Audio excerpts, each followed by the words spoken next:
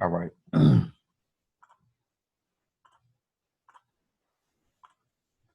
So we're going to do cycloaddition, and then we're also going to look at some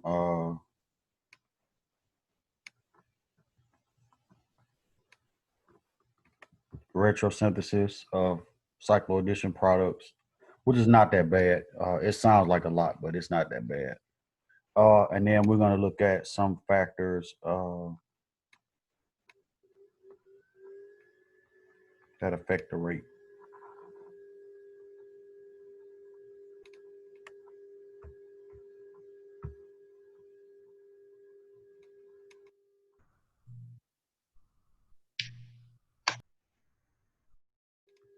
All right, so it depends on what. In order to increase the rate, you can modify either the diene or the dienophyte. It depends. All right, so we're going to talk about that in the context of the problems that we're working through. So,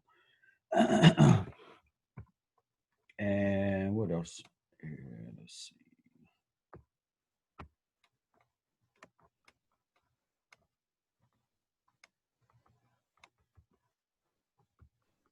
Also, this is a big word, but it's not that bad. It's stereospecificity, which we're going to talk about that in terms of the dienophile, whether it's cis or trans. So we'll talk about that too. So remember from Monday, I gave you a generic reaction where we had a diene, which was conjugated.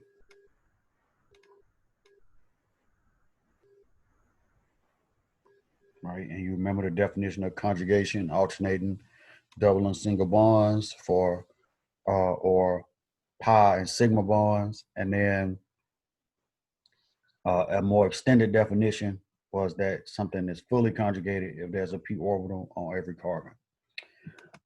So we had a diene, and we react that with a dienophile. Right, a phile means lover, from the Greek word philos, for love. So a diene lover and a diene. You put those two together, you warm them up, right? And you get out a 6-member ring with an alkene, or 6-member cycloalkene. All right. So the mechanism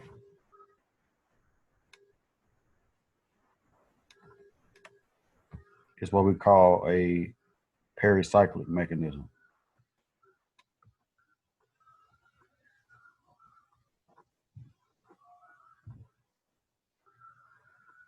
Let me erase that. Sorry about that.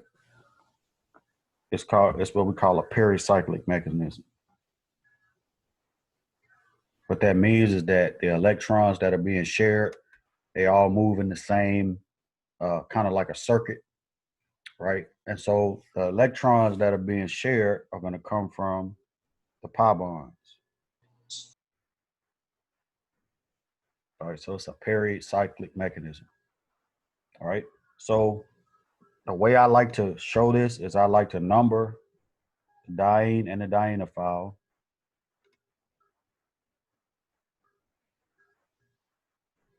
All right, and then I show the actual electrons being shared, and then that helps me to visualize the product. So the electrons are going to be shared from here, right, to here, and then this pi bond is going to shift to here. All right, so this is a 4 plus 2. I mentioned that the other day. It's a 4 pi electrons from the diene, and then 2 pi electrons from the dienophile. So that's why we call it a 4 plus 2. So it's a pericyclic mechanism, and it's a 4 plus 2 cycloaddition, right? So what the arrow here indicates is that you're going to make a change the color here. Make a sigma bond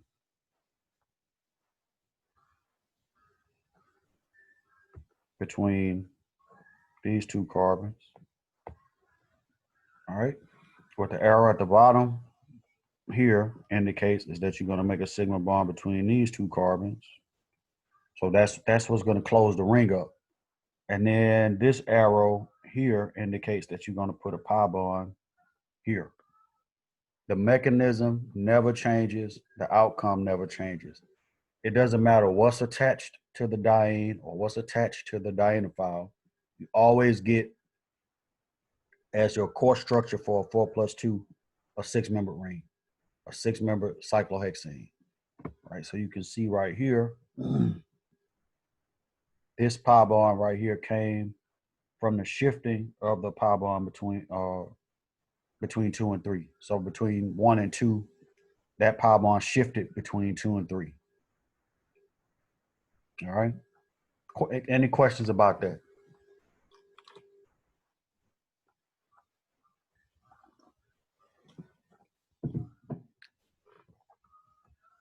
No questions. All right.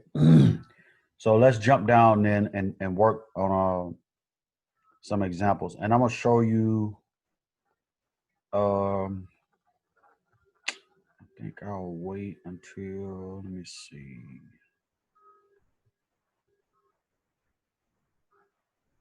Okay, yeah, I'm gonna do another example just so I can show that the idea about it being stereo specific. But let's jump in right here and see if we can run through these real quick. These are all predictive product type problems. And again, the key to understanding the reaction is, one, identify the diene and the dienophile. Two, know how the arrows or how the electrons are going to flow. And then three, be able to draw that 6-member product, right? So it's kind of like a process. So of these two here in this first example right here, which one of those is the dienophile? The second one. The second one. So this is the dienophile.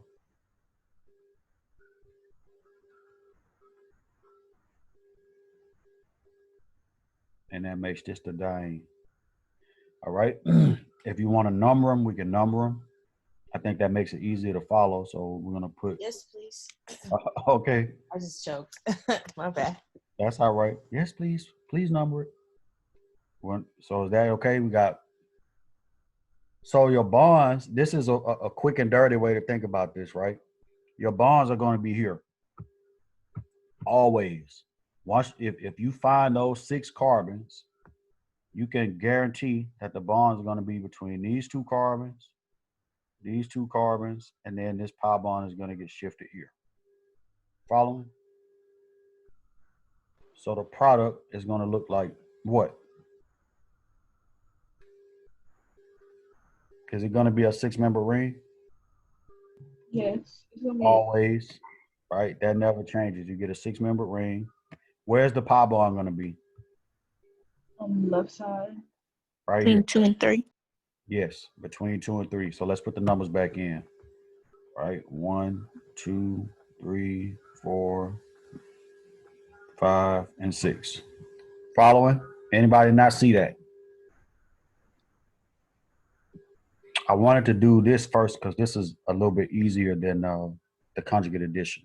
We'll do that after the exam. That'll be on the 4th exam.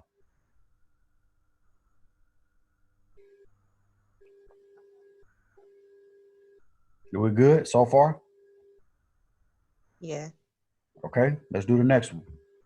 Let's number it. Right? We can kind of project where our new bonds are going to be. And it doesn't matter where you put 5 or 6, it's up to you. I just like doing it that way. Where are the new bonds going to be here?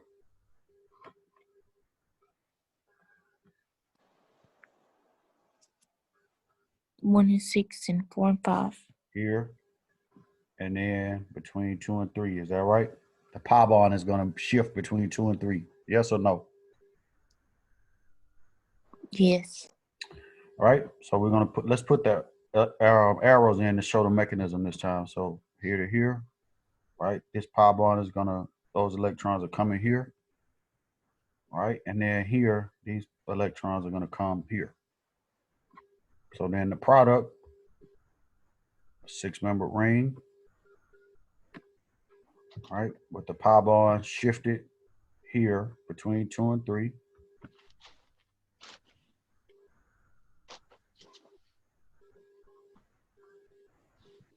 Following that? And then what's attached to carbon 2? That H3C. Yeah, so the ether, right, the OCH3. So let's put that in.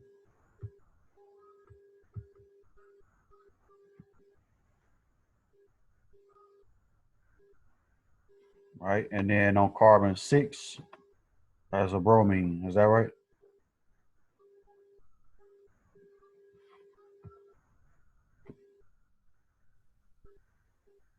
Right, you have to keep those substituents in there. You can't just lose them.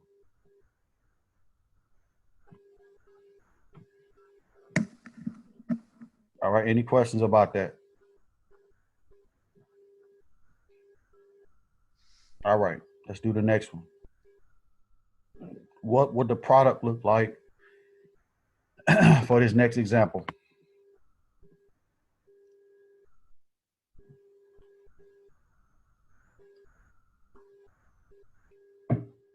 If you want to draw somebody, draw it in, go ahead. Oh, never mind. What'd you say? Never mind. Is it gonna be a 6 ring still? Why wouldn't it be? It's always going to, a 4 plus 2 cycloaddition is always going to give you a 6-member ring. And that never changes. It can be, you can have a million substituents on those 2 substrates, but when you put that 4 pi system and that 2 pi system together, you're going to get a 6-member ring. Gotcha. Yeah, every time. You want to draw it? Just find that annotate function on your Zoom tool. Isn't the reaction thing? Annotate. Okay. Yeah. So 1, 2. Okay. 3, 4, 5, 6. Mm-hmm. Yes. Yeah, you good. Keep moving. And then this will come here, right? Take that there. Other way. The bottom arrow is pointing the wrong way. Oh, okay. It should be pointing from 4 to 5. Okay. Back to the thing. Oh man. Okay. There we go. Here. All right. So then we just come back. That pi bond between 1 and 2. Oh yeah. Whoopsie. Got to shift over, right? Yes. 2, 3. Your arrow went this way, right? Yeah, you're going here. Okay. Yeah. Right. Let me go back here. So boom there. Okay. And then so yeah, annotated right. And then we have Cl up here. Mm-hmm. Okay, that was right. What about your pi bond? Oh, yes, no? I feel like I'm confused. No. You're not. No, that's right. Okay. So it looks like this. I'm drawing on the wrong one. My bad. Should be up here. That's exactly right. Okay. Yeah, you got it. Cool. Yep. Thank you. Mm-hmm. All right.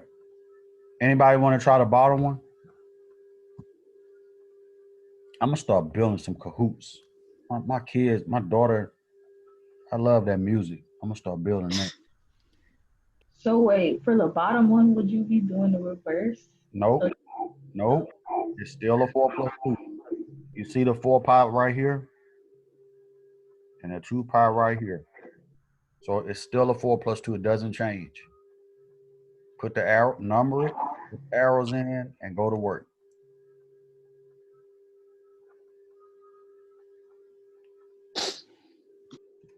Okay, hold it.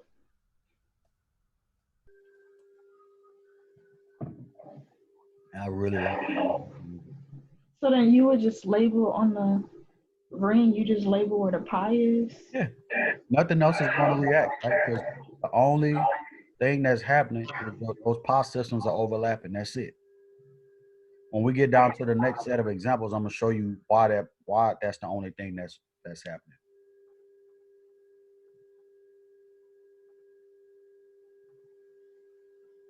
I'm still confused. We don't do. All right. That's okay. We're going to make it happen. It's I just want to win-win. see how do I even, what result would I be? I think you're scared to draw 2 rings fused together. That's the problem. But that's chemistry, and it's a real structure. So let's put the arrows in. So we're going from here to here, here to here. Is that any different from what we've already done? No, I did that part. So what about this? Is that right? Yes. And then, is that right? So what you did was you got 2 rings fused together now. That's it. It just so happened that your dienophile was already a part of a ring.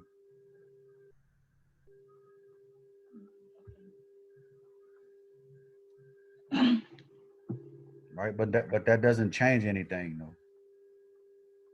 The only thing that changes is the stereochemistry in the product.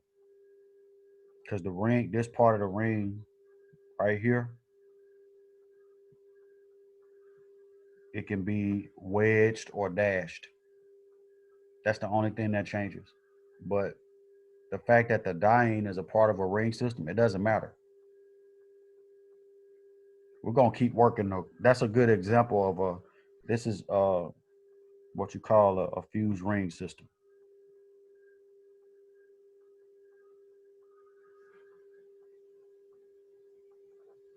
And cycloaddition is a good way to build up like fused ring backbones if you're doing like a synthesis of some big, natural product or some larger molecule.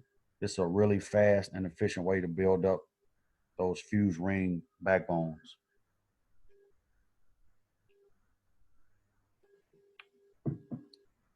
All right, we okay so far? Everybody still breathing? Yes. All right, let's go to answer some of these other questions, and these questions will give us some clues about the rate and things like that. All right, so let's look at this example right here. It says draw 2,4-hexadiene, which is this compound right here, in a manner similar to the diene shown above. All right, so this example it gives us a chance to talk about the stereochemistry of the diene. Right, your diene, in order for it to react, it must be what we call S-cis. Let me show you what that means. All right, I'm gonna show you what S-cis means, and then we're gonna come back to this example. Okay, did I add a page? Yes. So let's talk real quick about the diene stereochemistry. All right, so your diene, of course, this is a conjugated diene. All right. Oh, who did that last example? Can you clear that off? It's still showing up on the screen. Thank you. Thank you. So you can actually draw that diene like this or like that, right? When the 2 alkenes on the same side like that, We call this S cis.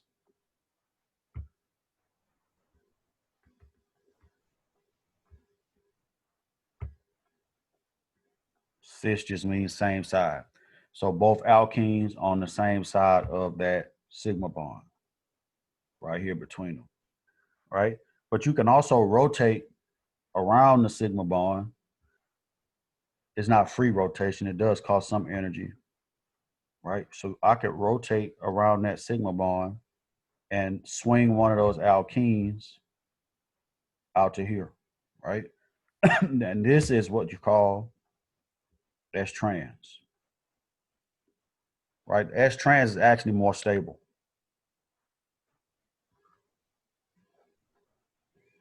right? That's why you have to warm the reaction up to apply some energy. So you can interconvert between S trans and S cis and have enough S cis to go through the mechanism.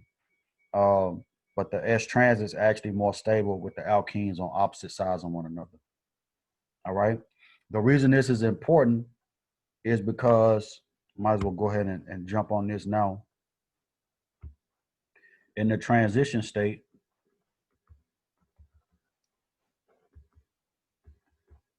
remember we talked about the HOMO and the LUMO and all that stuff. So in the transition state for the diene, it's the HOMO that reacts. And the HOMO looks like this. There's one node here. So it's shaded, and shaded like that. Okay. And then for the dienophile, which is a 2-pi system,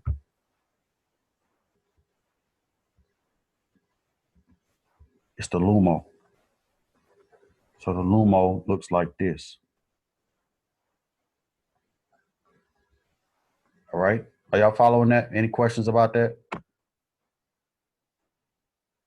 So when this cycloaddition happens, it's the HOMO of the diene overlapping with the LUMO of the dienophile. All right. And so in order for the HOMO and LUMO to overlap properly, the diene has to have the S-cis conformation. You see how it's S-cis with both alkenes on the same side, or both sets of pi bonds on the same side? So that has to be S-cis, right, in order to overlap with the LUMO of the dienophile, which is here. I'm gonna shade these like I had it before. All right. Now, somebody with your thinking cap on, how do you think the LUMO should be shaded?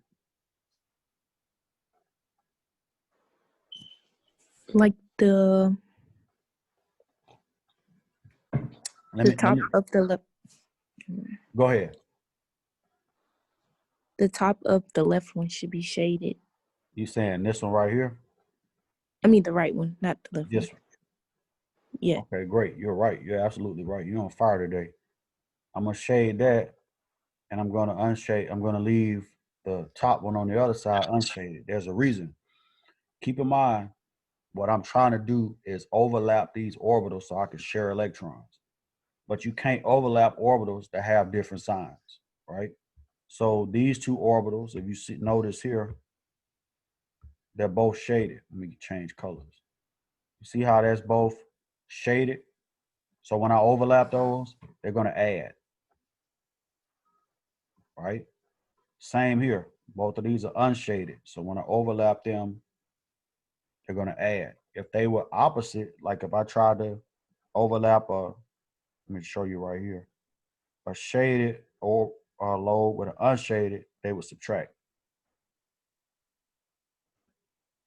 right? That's called destructive.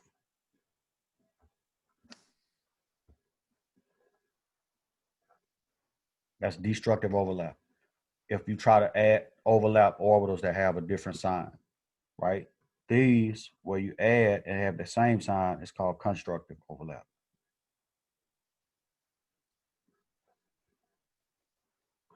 Man.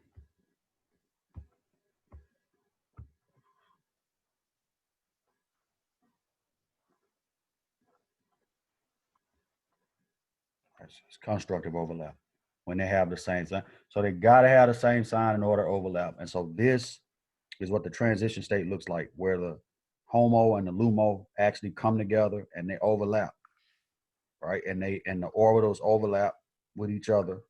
You share electrons through the molecular orbital of the HOMO molecular orbital and the LUMO molecular orbital of the dienophile. So this is your diene, HOMO, and this is your dienophile,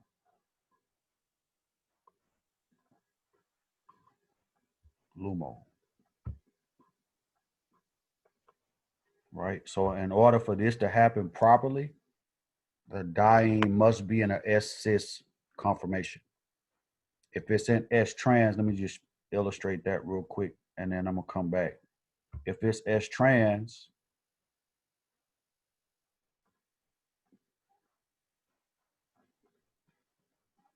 when they try to overlap, I'm gonna run out of space. Hold up. I don't want to cram that in there.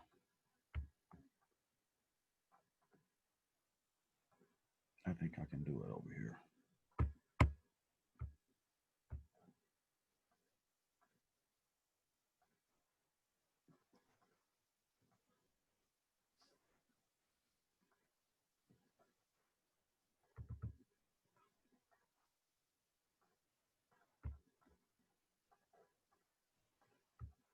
My app don't want to cooperate today. Won't let me be great. So that will be S-trans. And then if I put the dienophile down here, you can see that I can overlap here with no problem. Right? Those are fine. But this orbital out here is too far away from this orbital here.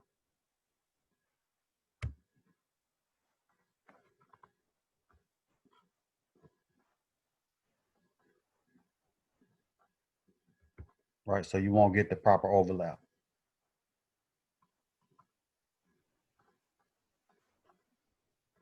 So your diene has to be S-cis. It cannot be S-trans. Right? There are some dienes that won't even react, and I'm gonna show you that, and then we're gonna go back to that example up top. Let me add another page in right here, right quick. Right, you got some dienes that won't react. This is an example of a diene that won't react. What if I have something like this?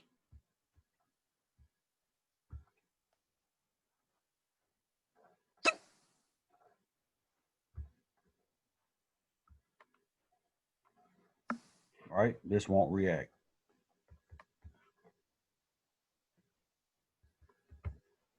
Right, because you can see here, the diene is it's in an S-trans and it's stuck because it's in a ring, it's locked. So that's not going to be able to adopt the S-cis conformation. So it won't react.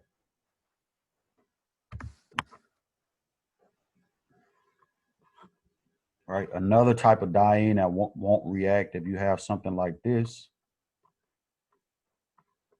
Right, do you see how these, let me write the methyl groups in. So the methyl groups right here, they're going to be pissed off, right? They don't want to be near each other like that. So this is going to, it's going to undergo a conformational change to go from S-cis to S-trans, right? To alleviate that steric strain. So then you'll end up with your diene looking like this.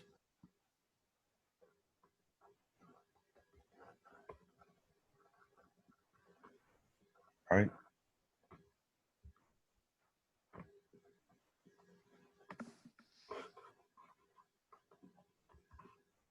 So this is going to adopt the S-trans conformation to alleviate steric strain.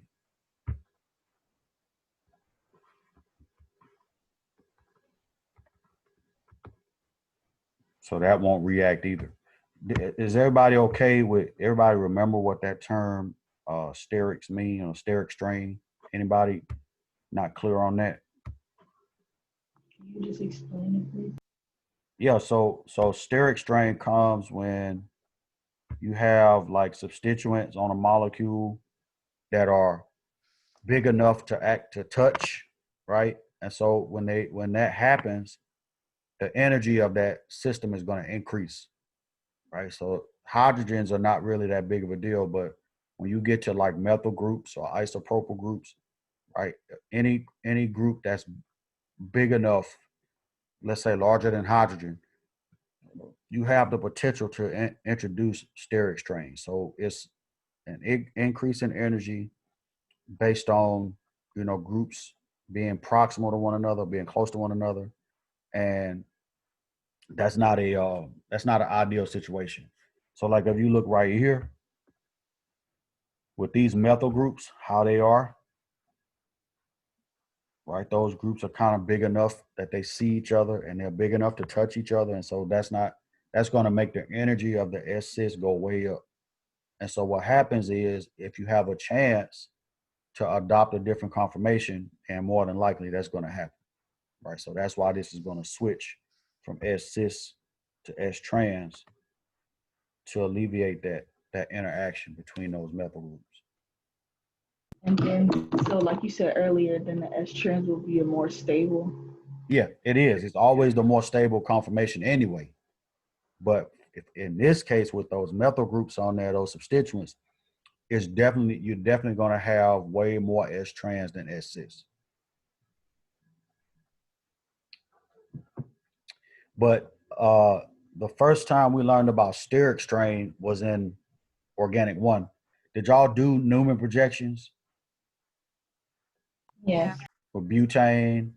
And you had like eclipsing versus staggered, and then you had a one conformation of butane where the methyls were eclipsing one another, and it cost something like 11 kilojoules per mole. Oh, hold up. It's supposed to be eclipsing, not staggered. Right, so this is a good example of a steric interaction where you have those groups that are big enough to see and touch one another. And so that energy is going to shoot way up. So yeah, so that's an example of, these are just some examples of dienes that won't react, right? Because of either the conformation being locked and you can't get to S-cis, or the S-cis conformation being too high in energy, and the S-trans bit will be favored. All right, any questions about that?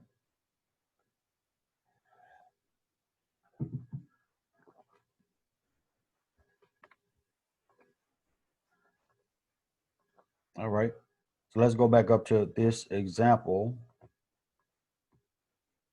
All right, what would you do to that dienophile to get it in S-cis? First, let's draw that sigma bond vertically like that.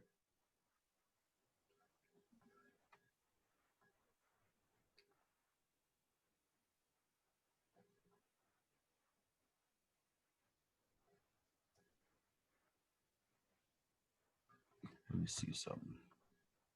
I'm gonna try something. Y'all too quiet on a Wednesday. I'm gonna see if I can flip it. Would you do that? Uh-oh.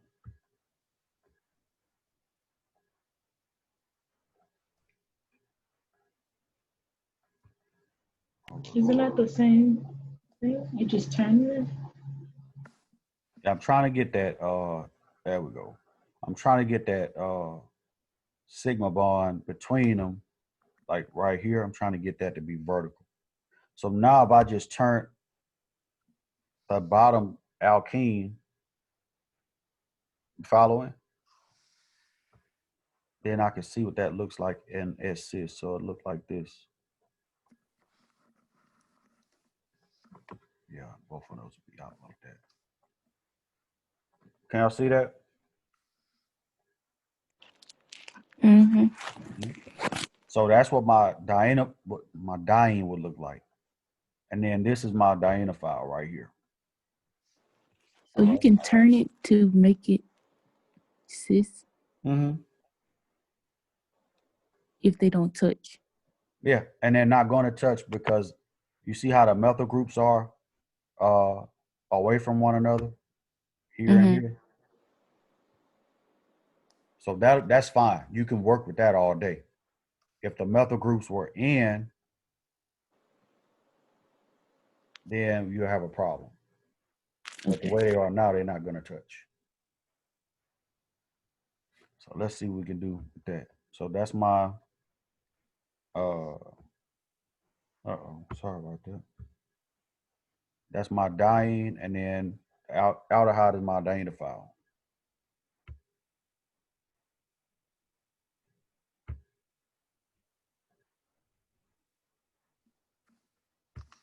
So that plus this.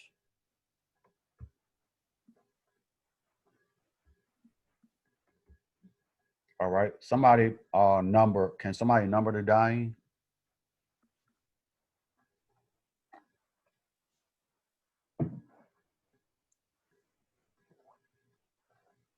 And go ahead and number the diene file too, while we at it. Okay, good. Great.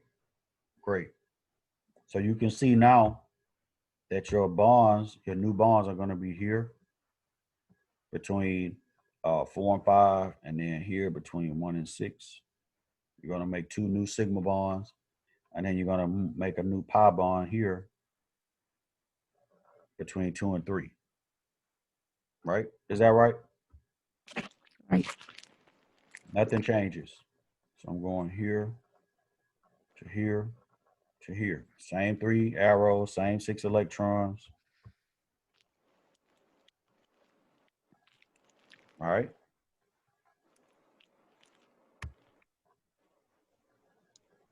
I'm going to erase this part because we already talked about it on another page.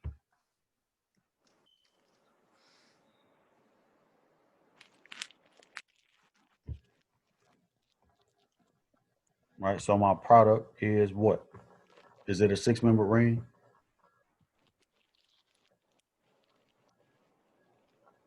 Yes. Yes.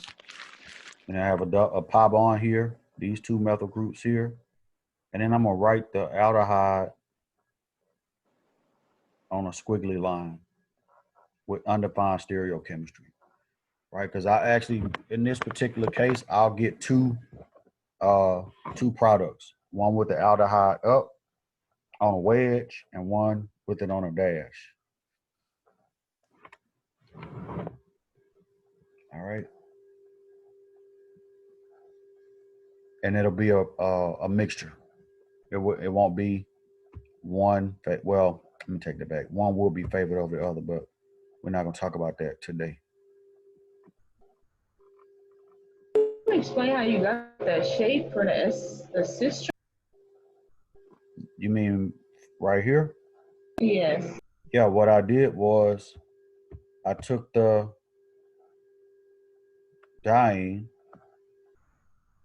right, and I just rotated around the sigma bond. So I took this double bond here and I just turn it that way. Because remember I said you can interconvert between S-cis and S-trans? Right now it's S-trans.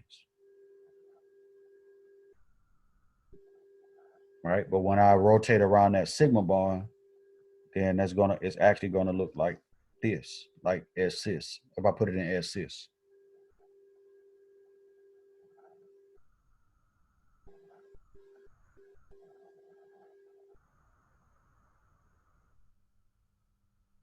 Yes or no? Do you still not see it?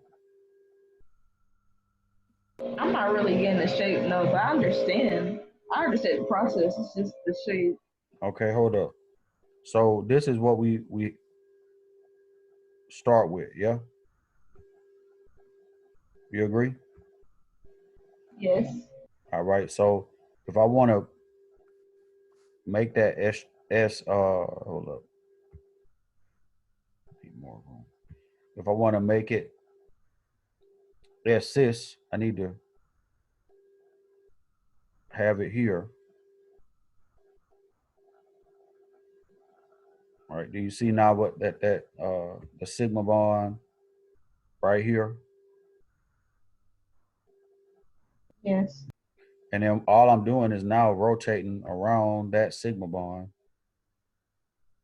I'm taking this whole alkene and I'm going to swing it around so that it's on the same side as this alkene.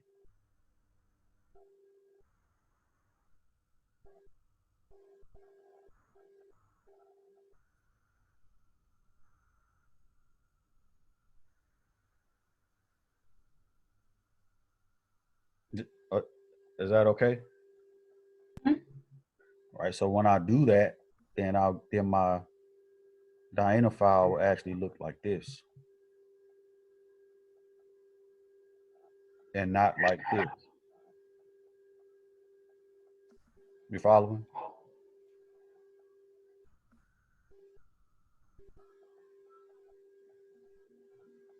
And then all I have to do to finish it is to put the methyl groups back in place.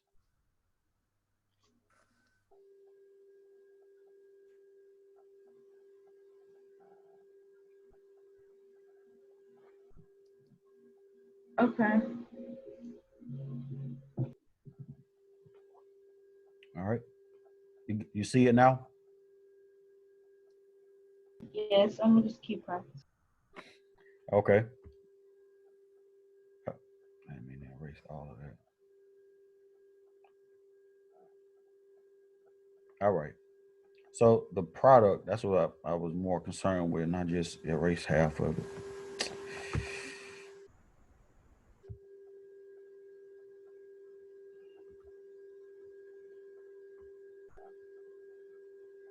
So this is my product. And then again, the aldehyde, I'm showing that on a undefined line, right? But it actually, you are going to get two products. We'll talk about that. If we have time, we'll talk about that on Friday. Endo and exo products. Let's see if we can finish the other questions on here.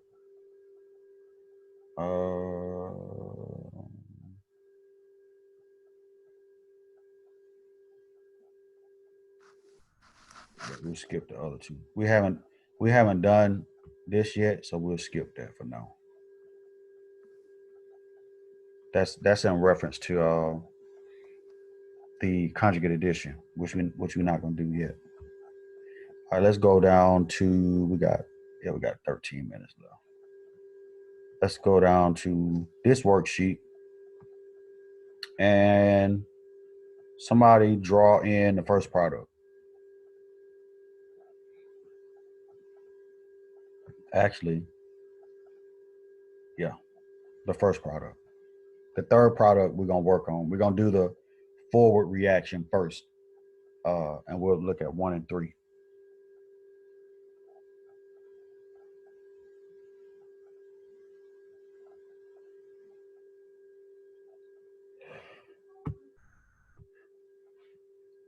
So okay, good. My bad. Go ahead.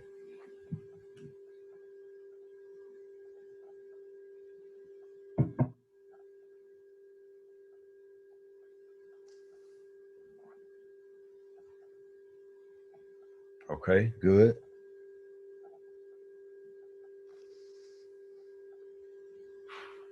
Okay.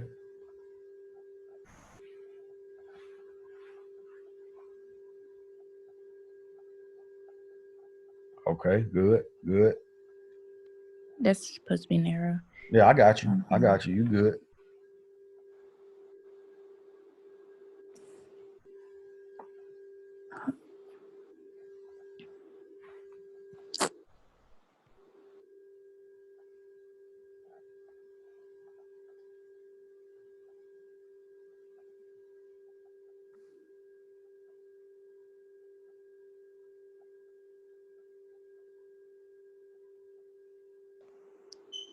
Okay.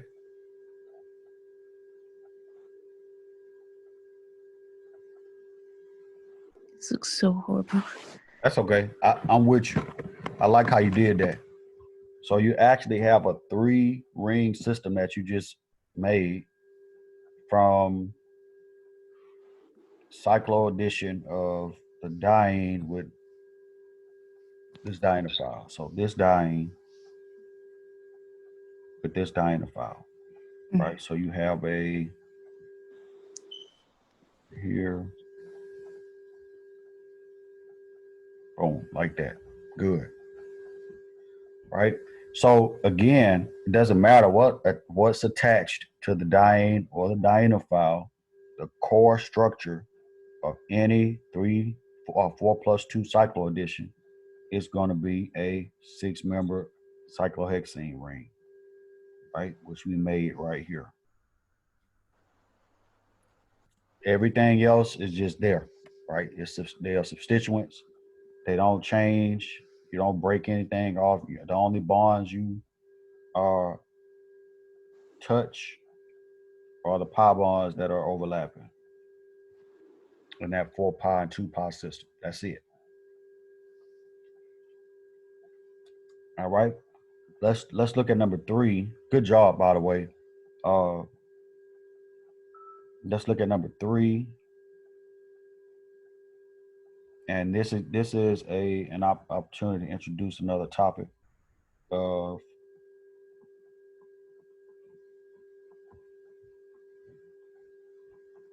again stereo specificity. Stereo, is going to be related to stereochemistry, whether it's R or S or cis or trans or E or Z, right? And then specificity is exactly what it means. It's specific. What that term means is that the stereochemistry of your dienophile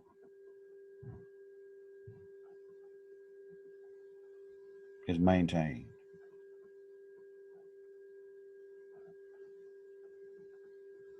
Right? The stereochemistry of your dienophile is maintained. So if it's, hopefully you remember this from part 1, right? You can have a cis diene,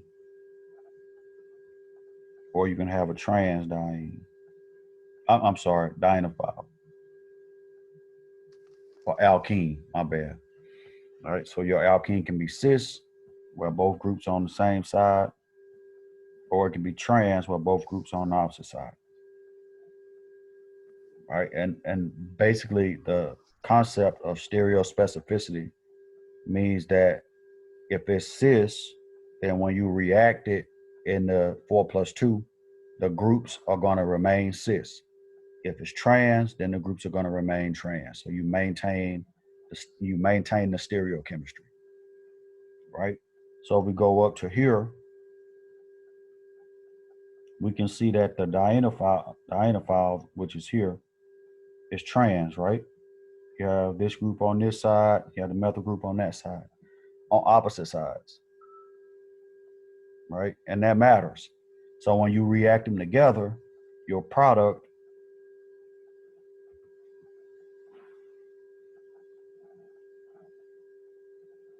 which is going to be a 6-member cyclohexane ring still, right? Those groups are still going to be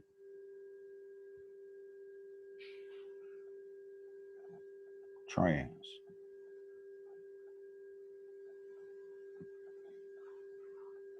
Right? And you're going to get both isomers. So you'll get that one plus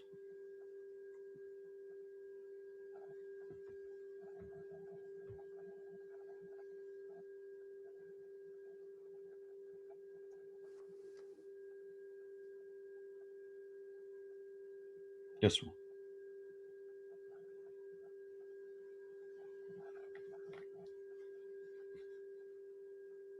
And this one is probably going to be favored. I'll talk to you about why on Friday, why that's favored. All right. But the main idea for this problem is that the groups have to be trans. They're trans in the diene. So they have to be trans or on opposite sides in the product. That's what that term stereospecificity refers to. So the Diels Alder is pericyclic and is stereospecific. And we know a lot about this now. We know that the diene has to be S-cis. We know that the reaction is stereospecific. And we know that the mechanism is pericyclic. All right. Any questions about anything? Everybody's quiet today. Well, not everybody, but almost everybody.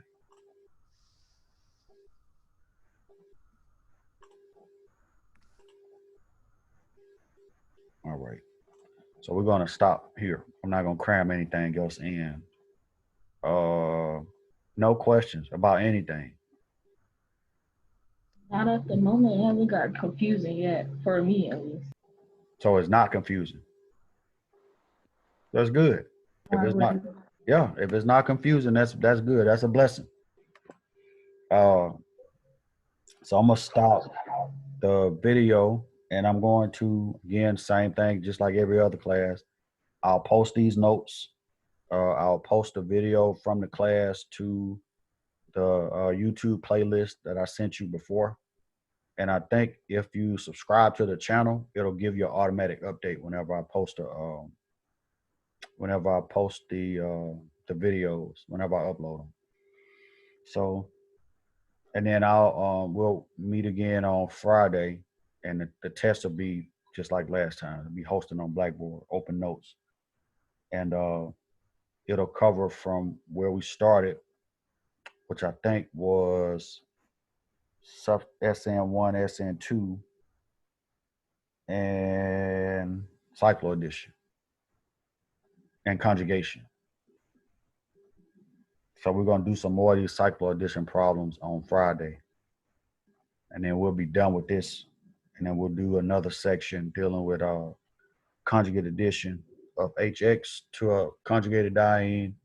And then I think aromatics is coming up. I think aromaticity. It's either aromaticity or NMR, one out of the two.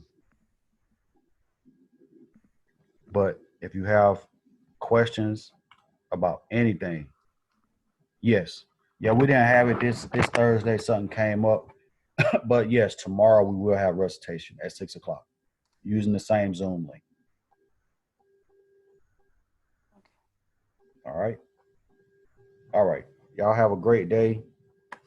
And if there are any questions that come up while you're studying, while you're reading, while you're watching videos, whatever, just shoot me an email. Okay, have a great day. All right. Thank y'all.